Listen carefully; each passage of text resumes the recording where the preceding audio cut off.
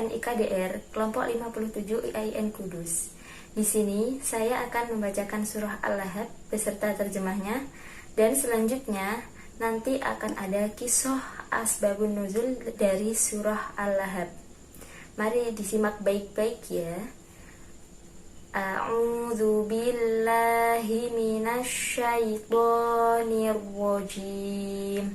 Aku berlindung kepada Allah dari godaan syaitan yang terkutuk.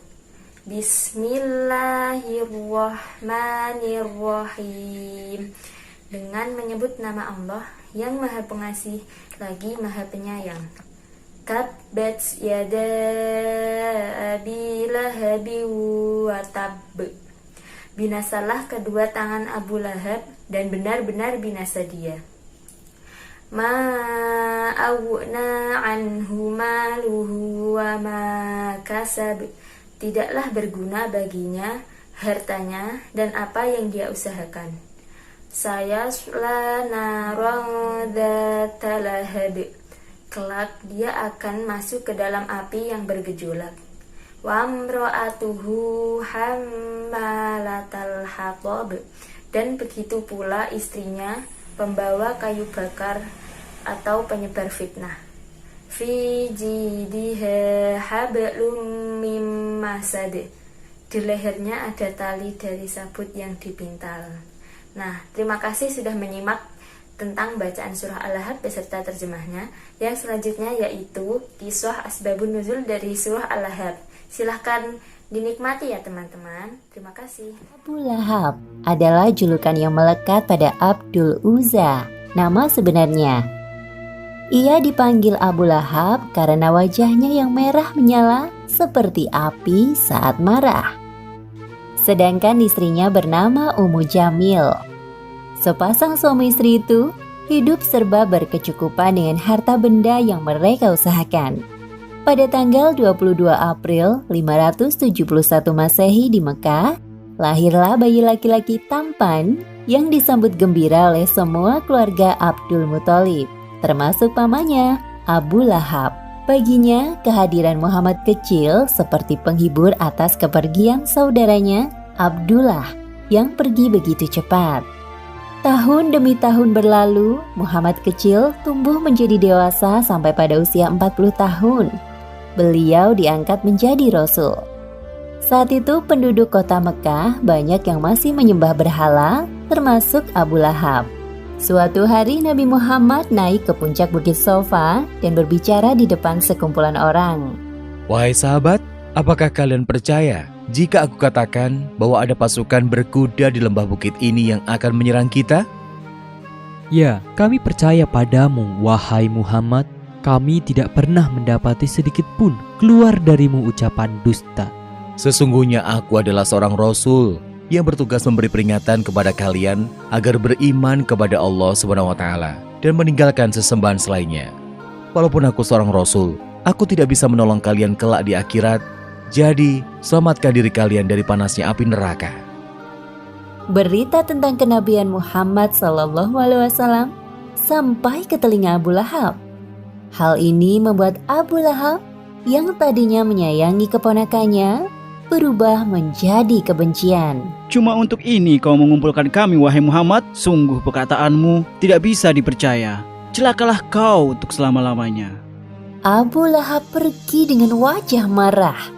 Dan pada saat itu turunlah ayat pertama surat Al-Lahab. Binasalah kedua tangan Abu Lahab dan benar-benar binasa dia.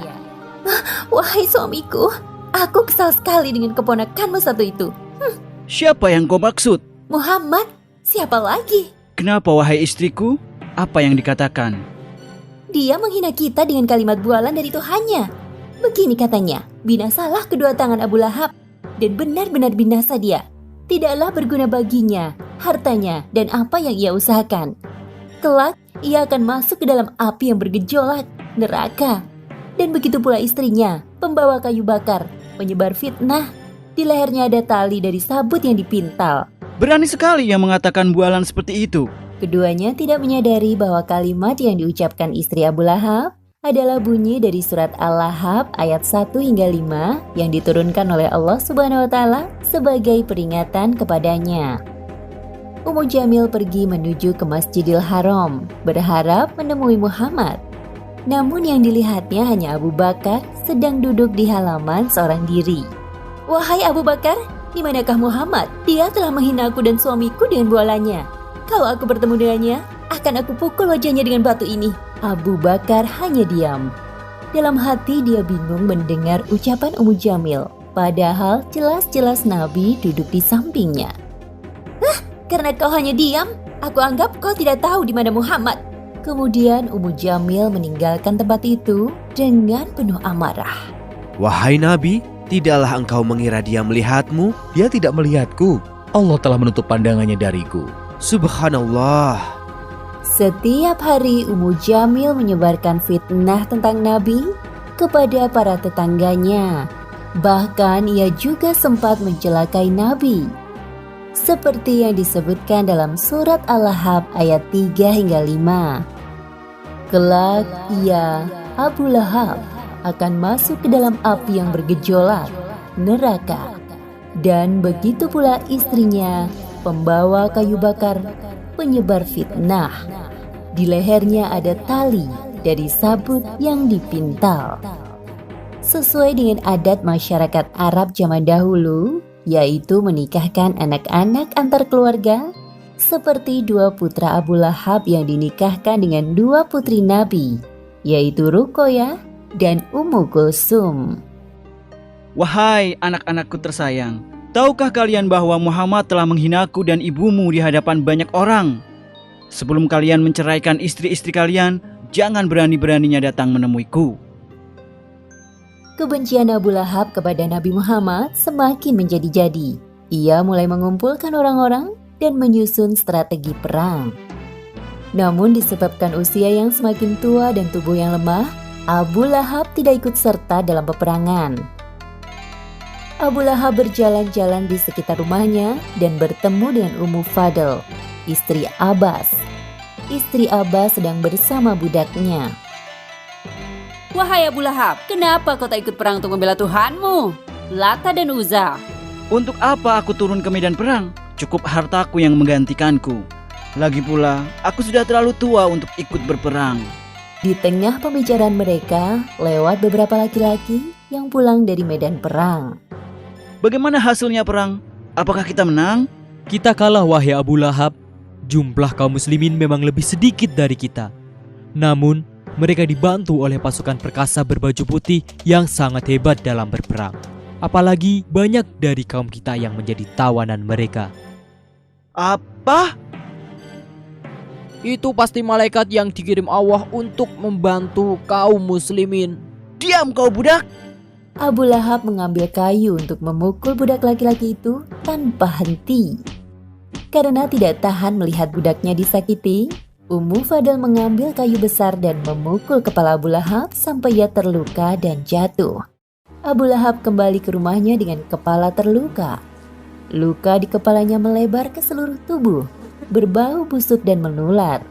Harta benda yang dimilikinya habis untuk mengobati penyakitnya. Seperti firman Allah dalam surat Al-Lahab ayat 2 yang berbunyi, "Tidaklah berguna baginya hartanya dan apa yang ia usahakan." 2 hari setelah perang Badar, Abu Lahab meninggal dengan mengenaskan. Tubuhnya membusuk dan berwarna hitam. Tidak ada seorang pun yang berani mendekat untuk memandikan jenazahnya, termasuk anak-anaknya, karena takut akan tertular. Akhirnya anak-anaknya melempari jenazah Abu Lahab dengan batu dari kejauhan sampai tertutup seluruh isi rumah. Demikianlah akhir kisah Abu Lahab yang enggan beriman sampai akhir kematiannya. Pelajaran yang dapat kita ambil dari kisah ini diantaranya: pertama, jangan sekali-kali mengingkari ayat-ayat Al-Quran seperti yang dilakukan oleh Abu Lahab dan istrinya.